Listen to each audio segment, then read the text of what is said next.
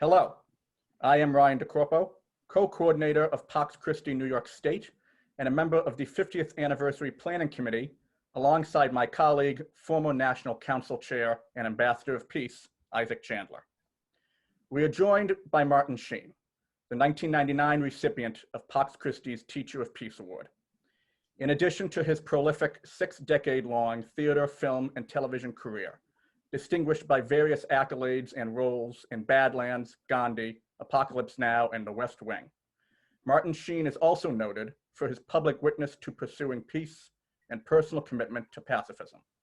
Born Ramon Estevez to European immigrant parents and raised Catholic, he took his professional name in part from Archbishop Fulton J. Sheen, and in his young adult years, found community in New York's Catholic worker movement. A stalwart supporter of nuclear disarmament, gun control, environmental protection, and anti-war causes, Sheen, who supported Cesar Chavez and his farm workers' strike in the mid-1960s, has engaged in acts of civil disobedience over 65 times. The Canadian humanitarian Craig Kielburger once described our guest as boasting, quote, a rap sheet almost as long as his film credits. Dorothy Day was the inaugural recipient of the Teacher of Peace Award in 1978. Okay. And after moving to New York and working odd jobs, including as a curtain puller at a city theater, you came to know Dorothy through the Catholic Worker. What impact did she have on your faith at the time? How did she help you better connect with Catholicism? Well, I think I need to clarify that inquiry. In fact, I went to work at the Living Theater, which was founded by Julian Beck and Judith Molina. They were extremely political, and they were anarchist, and they were anti-war. In fact, the Ban the Bomb movement started in their theater on West 14th Street and 6th Avenue in the mid-1950s. At any rate, I came to the theater in the winter of 1958. And did I say 50? No, that's my age. I'm terribly sorry. I'm very confused about it. I'm sorry. I'll be 82 next week. But in 58, I started at the theater, and they said to me, you know, we don't have a lot of money to pay you. We'll give you $5 a week, but we have a friend who has a bread line downtown, and you don't have to pay to go there, and you don't have to listen to a sermon like you did at some of the other places. And so I went down there, and it was on Christie Street at that time. It was upstairs on the second floor. And so I started going there, and I became a regular recipient for months. I would go there to eat, and one day I said to one of the lads, you know, I feel a great sense of worthlessness here. You guys do all the work, and your guests, get all the benefit, and I'd like to contribute something if I may. They said, oh, come then on Saturday next for the folding of our paper. I said, you guys got a paper? And they said, oh yeah. So I came down the following weekend, and sure enough, it was the Catholic Worker newspaper. And I went there, very regularly for months and months, until I got a higher paying job.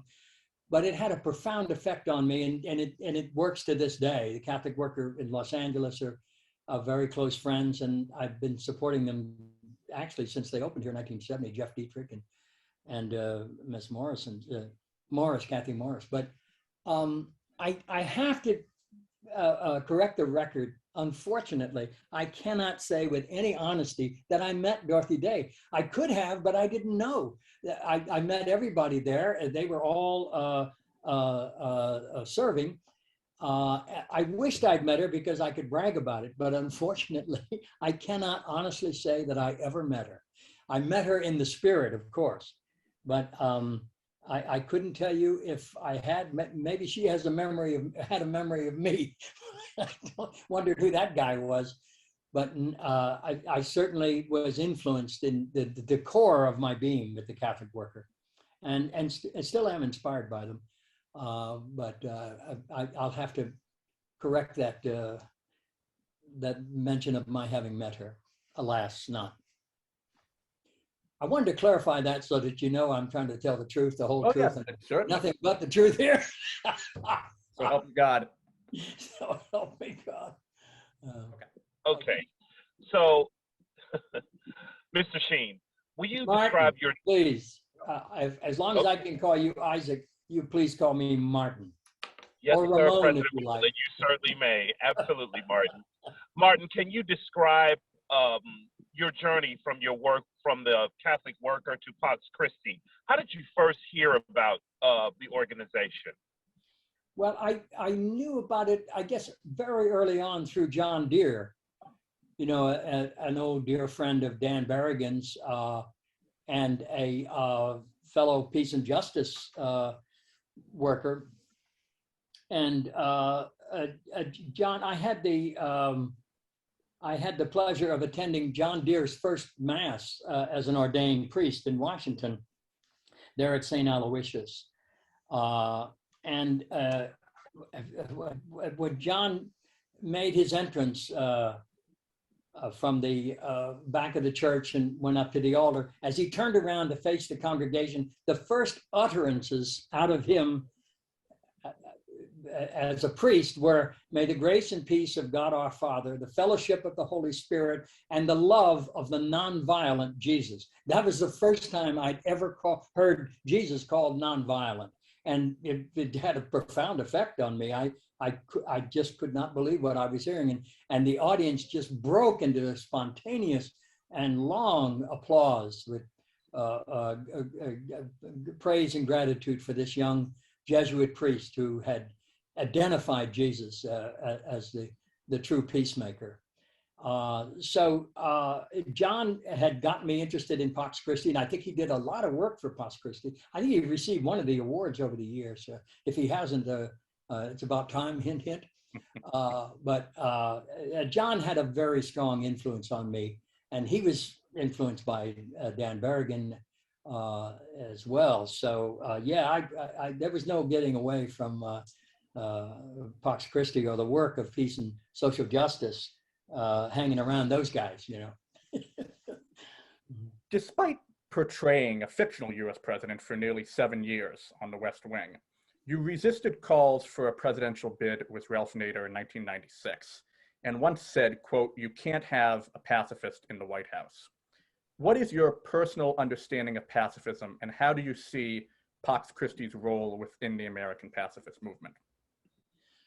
Well, there's a clear definition of pacifism that is the core of Pax Christi, I believe, and that is we are called higher than the normal nationalistic appreciation of our citizenship.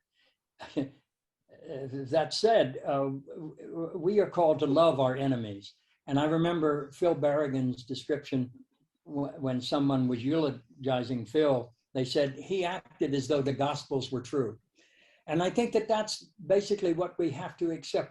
Do we believe that the Gospels were true, that the story of this itinerant young rabbi who lived 2 centuries ago, who instructed us to love our enemies, who taught us how to love one another, who taught the people of his community how to build community. And it's hard to find anything in his life from the stories that we have from the gospel that did not reinforce the love of enemy. In fact, that he would not accept any enemy, that was a fundamental tenet of his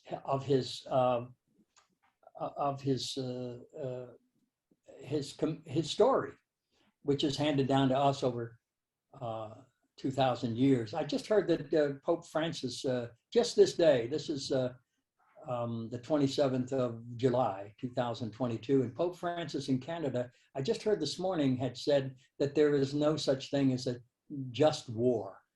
And that's, you know, the church has been rubber stamping a lot of wars since since it got started. Yes. And so we finally come to what Jesus was trying to tell us, you know. And so I think that what Reverend King said and what Gandhi said and what Malcolm X said as well, you know, we either love one another or we die, we perish. And it's that simple. And the earth is being very clear about it. You know, the earth is saying, hey, guys and gals, I can live without you. Lots of luck living without me. You know, so I've been through this a couple of millenniums ago, and it'll happen again with or without you. It's up to you. You know, you're going to do something about fossil fuel and destroying the planet, and it's all reflected in our violence on each other and our acceptance of that violence as a just a normal you know, kind of acceptance of our citizenship as American citizens. You know, we accept violence. It's part.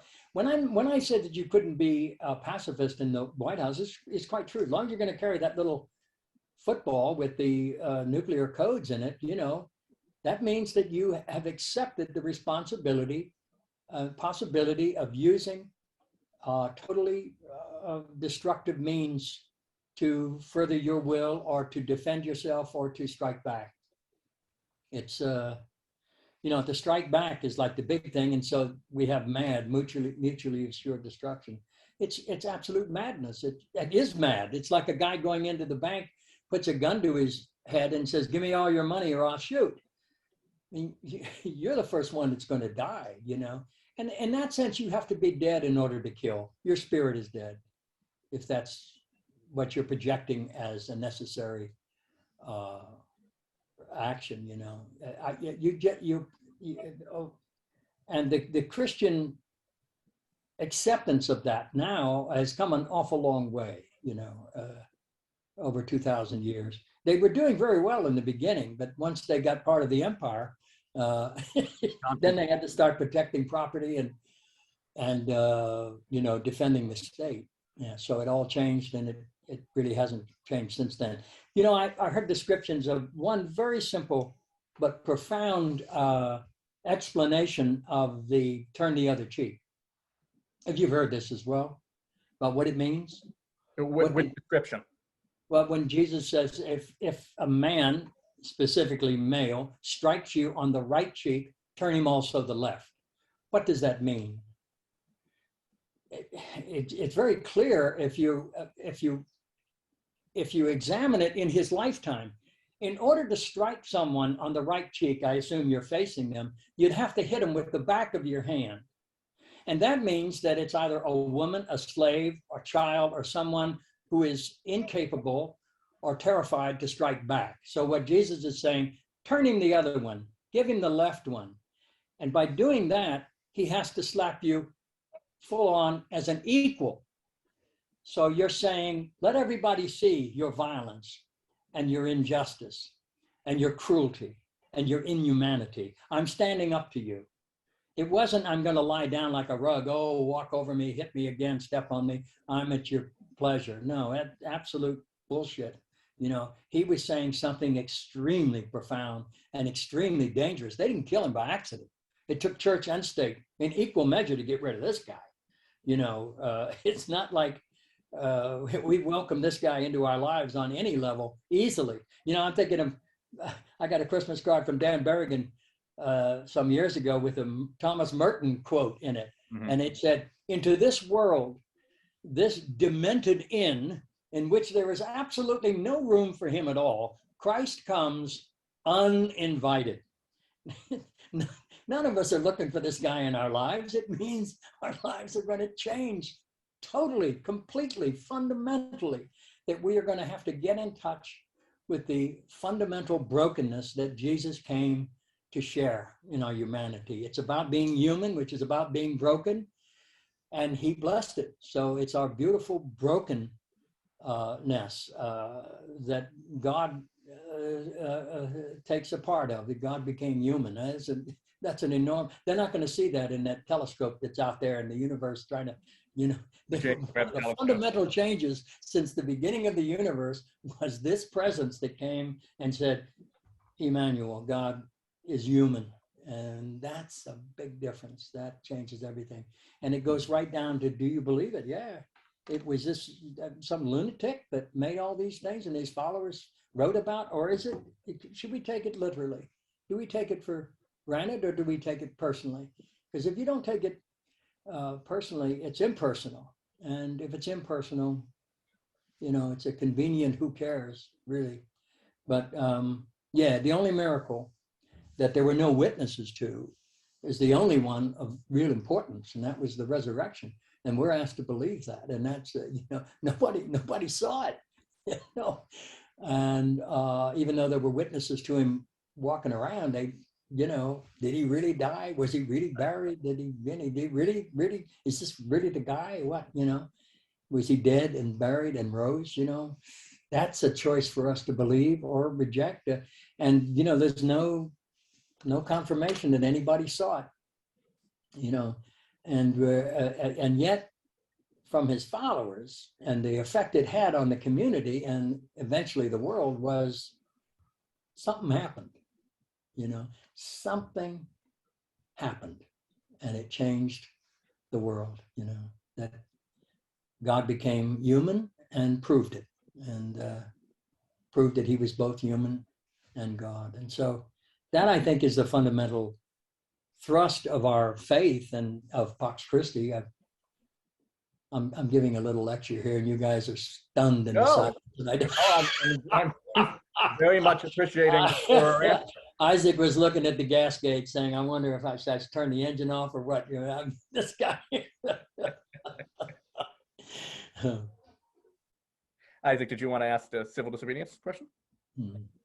Well, actually, I wanted to ask, since he's already touched on it, all the violence and being a pacifist and so forth, you have mentioned that we are in a time right now where we're dealing with all kinds of forms of violence, gun violence, political violence, and especially verbal violence. How best can Catholics respond to this? And the other part to that question is, what are your hopes for the future of the Catholic peace movement? So how can Catholics respond, or how should Catholics be responding to all this violence going on in our world? And then what are your hopes for the future of this Catholic peace movement? Well, I think it's, you know, it's in the hands of a whole lot younger, much younger people, thank God. I am encouraged, frankly. I think that what we're seeing, not just in the United States, but in the world, is this sense of frustration and anger and a very limited kind of future presented to us in a sense. You know, it's like the population is expanding, the produce is diminishing, the world is warming up, the seas are becoming unlivable for all the creatures in the sea, which means that eventually it affects us. If there's no sea, there's no population. And so that everything is in jeopardy, not the least of which is humanity itself, but the most vulnerable parts of humanity. I saw this week, thank God, the rescue of, I think there's 12 or 1,300 refugees from boats off the Italian coast. I think that's a reflection of Pope Francis. I mean, he's been very clear about plucking desperate migrants from the sea and saving lives. And that is the most hopeful sign. I think that we're divided as a church, and particularly in the United States, we have this pious Catholicism, this reliance on the old measure of very strict authoritarianism. And Francis is calling us to a more charitable, compassionate life force, that we serve ourselves best by serving others first. And that's not how should I say that, That's not a jingle. That's a reality. Because if we can't serve the least among us, then the most satisfied are in jeopardy, because the least are far outnumbering us, and it gets wider and wider and wider every day. So I think I'm of two minds. I think that there's going to be a period of adjustment for the Catholic Church, and particularly the American Catholic Church, that's so split by the pious right-wing leaning folks and the more compassionate, and I don't say left-wing because there really is no left-wing in our country. If there was, I'd certainly like to know where I join up. There's not. There's a conservative and less conservative, and that's about it from my point of view. So I think that we're going to have to become more radical. I was listening to an interview some time ago to Greg Boyle, the founder of the Homeboy Industries, a Jesuit here in Los Angeles, who really made a profound contribution to the gang violence and gangs in general, both male and female gang members, and here in Los Angeles and all over the country, really. And he was being asked on this program how he came to believe in what he was doing, what changed his mind. And he said, well, he said, I went into the third world and they cracked open my heart. And I think that has to happen. We don't have to go to outside the United States. We don't have to go very far at all. There is third world America. It's all around us. It's everywhere. People are desperate. And we need to be less frightened of their desperation and disarm them with our humanity, our compassion, basically our love, and welcome them into this broken heart. That's really the only way we're ever going to change. Otherwise, we just stack up for the future that which we have stored, in our children, and and I think it's incumbent on the church, and I wish that the American Catholic Church would fall more under Pope Francis as influence. There's such resistance to him. They're just waiting for him to go, like they were John the 23rd. Boy, was that a big mistake. They thought he would be a placeholder. Yeah, he was too playful, and Johnny Go Places turned everything, didn't he? But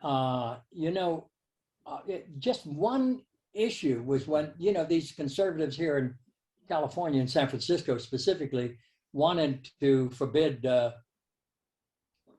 Nancy Pelosi from receiving communion. Is that the most important thing?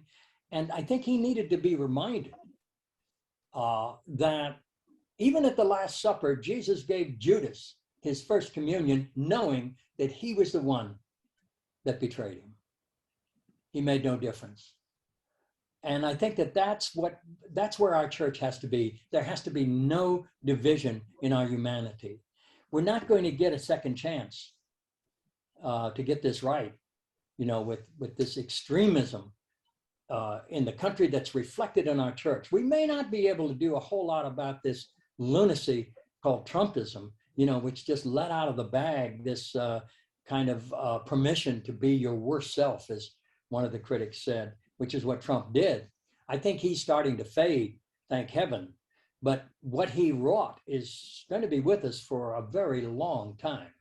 And I think it's reflected in the court and decisions, the human rights issues, the voting issues, most of all is the abortion issue, which was primarily predicated by a couple of Catholic Supreme Court justices who basically lied about getting in there. There's no question about that. They had every intention of doing what they're doing. And this whole thing of who leaked that document, damn well they leaked it in order to set the pace and say, they didn't want it to happen when they made the decision. They knew they were going to do it, but they wanted to prepare and say, what's going to happen, if this goes. And so they leaked it themselves. That's clear to anyone who understands what they did. And they say, oh, we're going to have this investigation. It's internal. We'll never know. But we know that they did it in order to prepare the public for what was coming. But these were Catholic justices. What do I say about the abortion issue? Yeah, we have to deal with that. Personally, no, I can't abide by it. We've had this in our own family. I've made no secret about that. And we raised a couple of grandkids without the spouses. But that was our responsibility. And we accepted it. And eventually, the rest of the family came around and realized what mighty blessings came into our lives. But I can't force that on someone else. I'm not a woman. I'm not poor. I'm not in any of these situations. So I can't say. But if that's just if that's the main issue, that we have to respect life at the moment of conception, okay, fine. That's where the church wants to go. Okay, I'll buy that. But what about birth? What happens now? Where are you with that? Why? Look at all the children that and then you vote against Medicare. You vote against all the women's issues that would help them care for their children.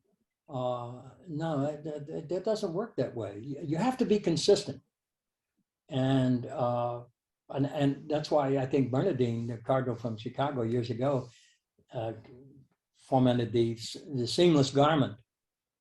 Yeah, you can't be pro-life and approve the death penalty or war or anything where human life is destroyed in order to protect the status quo or to satisfy a political faction or for any of those other reasons. Yeah, all life, yeah, is God present, I believe. And so there we are. The future, I can't predict it. I think we're going to have to make some severe changes, and I think the young people are onto it. There are a lot of very, very involved young peace activists within the Catholic Church. I think they're coming to the understanding that you can't separate any of these issues, whether it's war and peace or abortion or anti-abortion or the poor and the rich, and the inequity between races, between divisions of people, the have and the have-nots. It's coming down to that. We're either going to come to that level of sharing our bounty, or we're going to choke on it. You once credited the Jesuit peace activist Father Daniel Berrigan, another teacher of peace and significant figure in 20th century Catholicism, with keeping you in the Catholic Church. I'm wondering how you came to meet Dan Berrigan and what impact he had on your life. Well, I certainly heard about him for many, many years. Back in the late 60s and early 70s, where he was in the forefront of Catholic action, a peace activist, and very clearly he and Phil were the primary leaders of the peace movement in the United States, the Vietnam War, and thereafter in the arms race, very specifically. And I recall Dan was out on bail or was dancing around avoiding the FBI till they caught him, and he had a gathering of folks, and he was kind of saying goodbye to them. He knew he was going to prison, and so he was advocating people rise up, that the only way the war would stop is if we filled the jails and so forth, and protested. And someone in the crowd said, well, Father Berrigan, it's all well and good for you to go to jail and be fully committed to that. You don't have any children. What's going to happen to our children if we go to jail? And Dan said, what's going to happen to them if you don't? And that went right here. Oh my God, there's no excuse. I have 4 children, but what other excuse can I find? He just wiped out all the excuses. Yeah. If we, there's the old phrase, they that have hostages, they that have offspring giveth hostages to the future. That's what it is. that's the only thing you can project into the future that you know will carry some measure of you. And it can be profound, you know, if you risk your own life in order to secure theirs. Martin, thank you for your time. Thank you so much, Ryan and Isaac. And Thank you. God bless and stay safe and continue to be yourself. Thank you.